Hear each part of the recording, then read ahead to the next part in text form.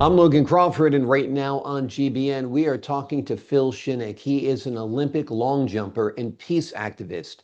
He made a world record leap back in 1963 that went unrecognized for 58 years due to a missing wind gauge.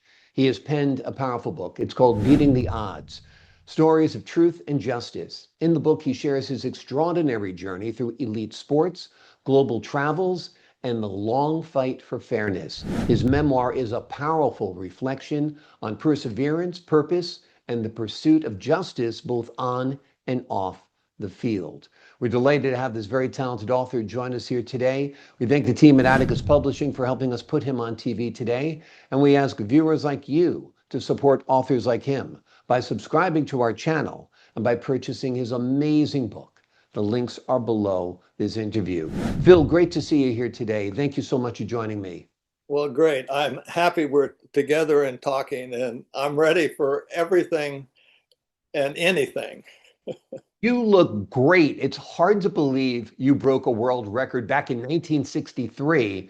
That is, 6 decades ago. You look like you're about 60 yourself. So have you stayed active? Have you stayed exercising? What's the secret to youth? I got to ask you that question right off the bat. Uh, well, I get up at 2 in the morning and meditate for an hour. Mhm. And then I don't eat much. And I do a lot of martial arts and I do sword dancing. And, but, that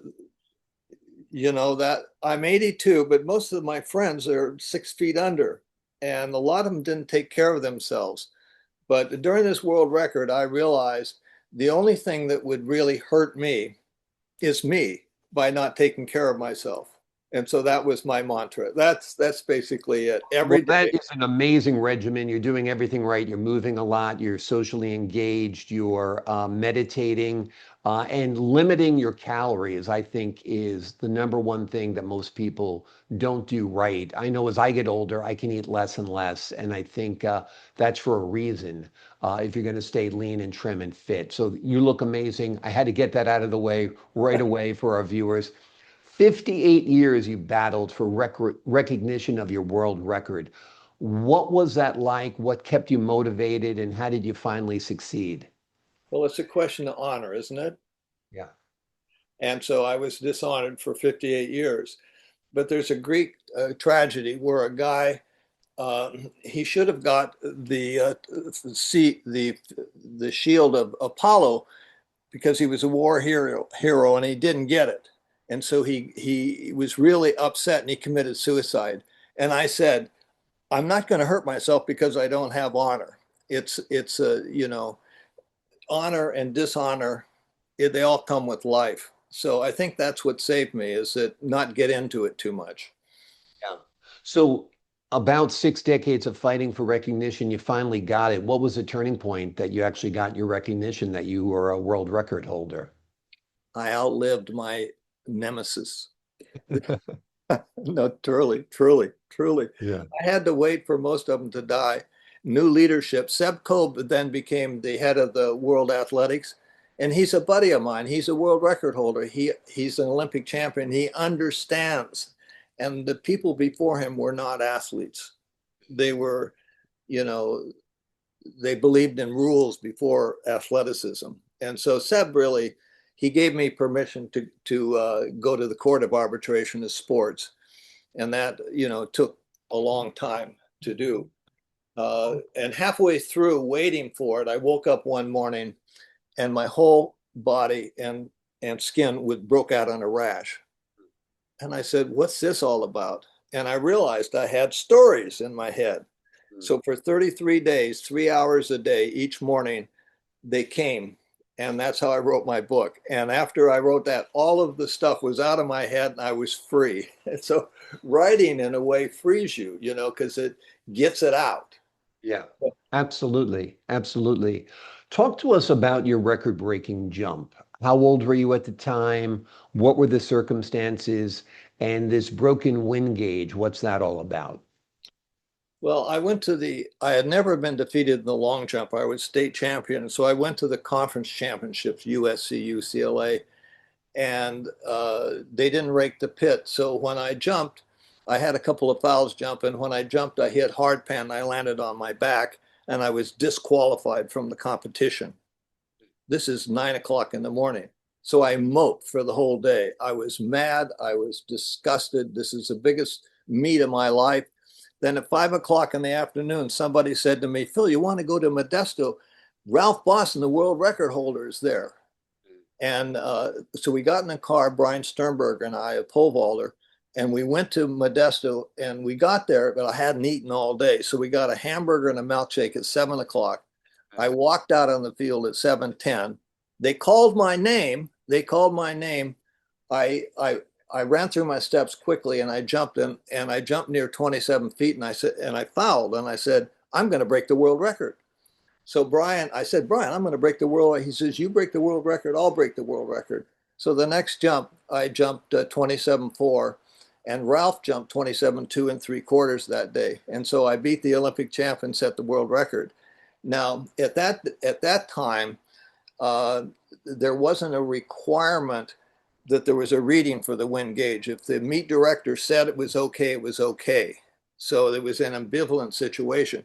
But they were using the wind gauge for a 220 low hurdle race at the same time that was finishing right near the long jump pit. And so it was legal. And so that's what won the case of the Court of Arbitration of Sport. But they didn't give me the world record. So, So you won in court, but you still don't technically hold the world record because of well, this wind I gauge? now, after the Court of Arbitration in Sport ruled, they gave me the world record.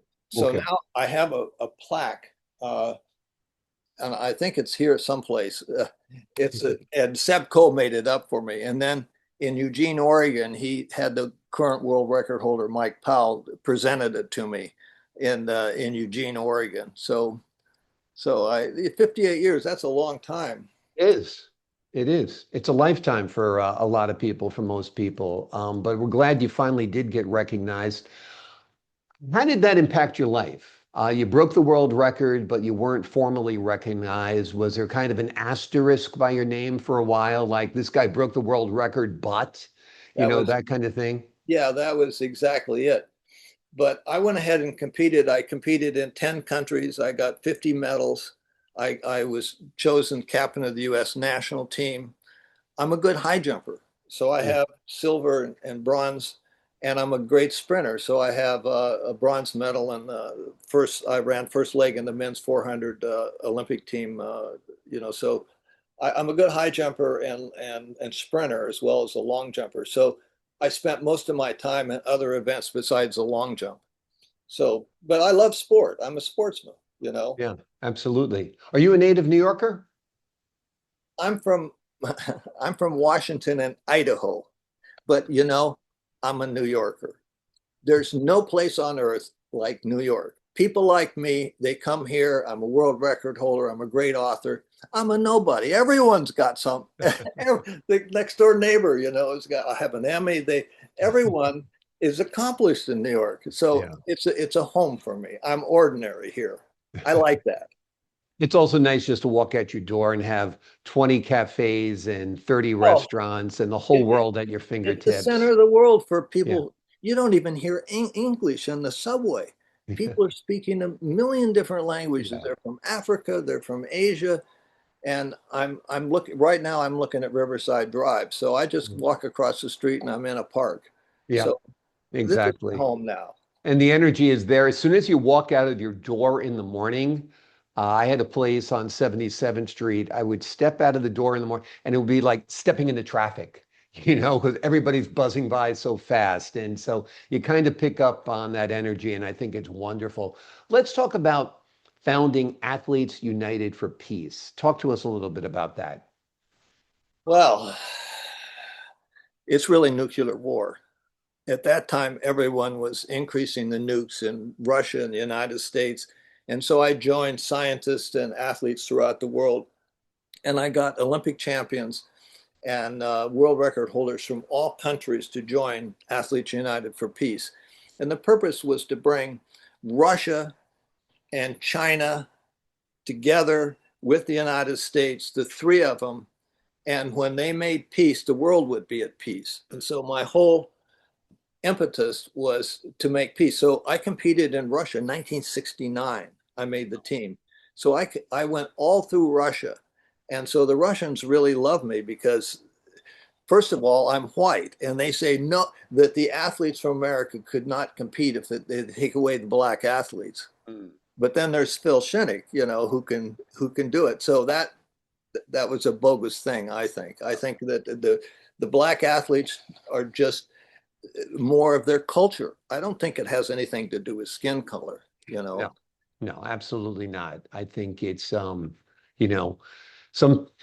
people are good at some things, other people are good at other things. I think it's a matter of that. Well, it's also in your heart, what you really care about. And I think a lot of in the black culture, they really love sport. Yeah. I think the white culture, they like jobs and degrees and stuff like that. Yeah. So I feel very comfortable around black athletes. They're my brothers, really. Exactly. And you can keep up with the best too. I like to beat them. And they love that too. Let's talk about the world of sports today. Russian athletes almost have to, not even acknowledge the country they're competing for today. China and America are really not at a great relationship right now. I know you're a person who's concerned about nuclear war.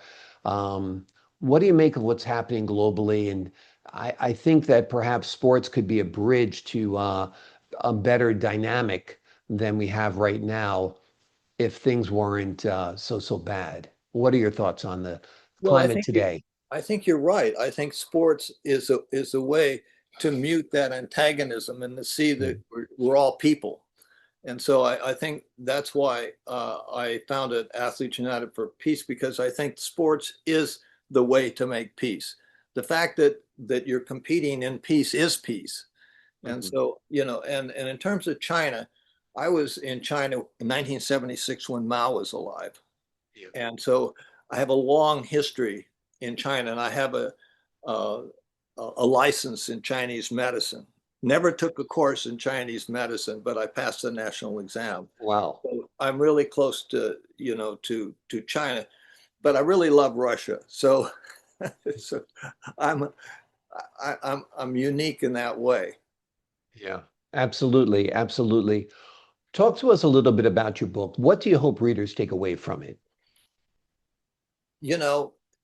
As a writer, I write a lot of scientific stuff. And the reason I write is to get it out of my head.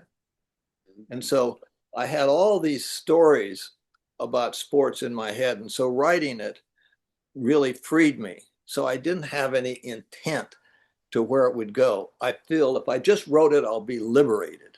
And that's about as far as I could go. Now, here we are talking about it. Exactly. So I didn't really anticipate this, but you're a good guy, so I'm happy we're talking. Same here. You're a good guy. I'm happy we're talking as well. And I think people are going to love this book. It's fascinating stories contained within the pages of it. The name of the book is Beating the Odds: Stories of Truth and Justice. In it, Phil shares his extraordinary journey through elite sports, global travels, and the long fight for fairness. His memoir is a powerful reflection on perseverance and purpose and the pursuit of justice, both on and off the field. Phil, thank you so much for joining me here today. I'm happy to be with you, Logan. It's an honor to speak with you, sir. I appreciate your insight, your wit, and your wisdom. To the folks at home, I'm Logan Crawford for GBN. So long for now.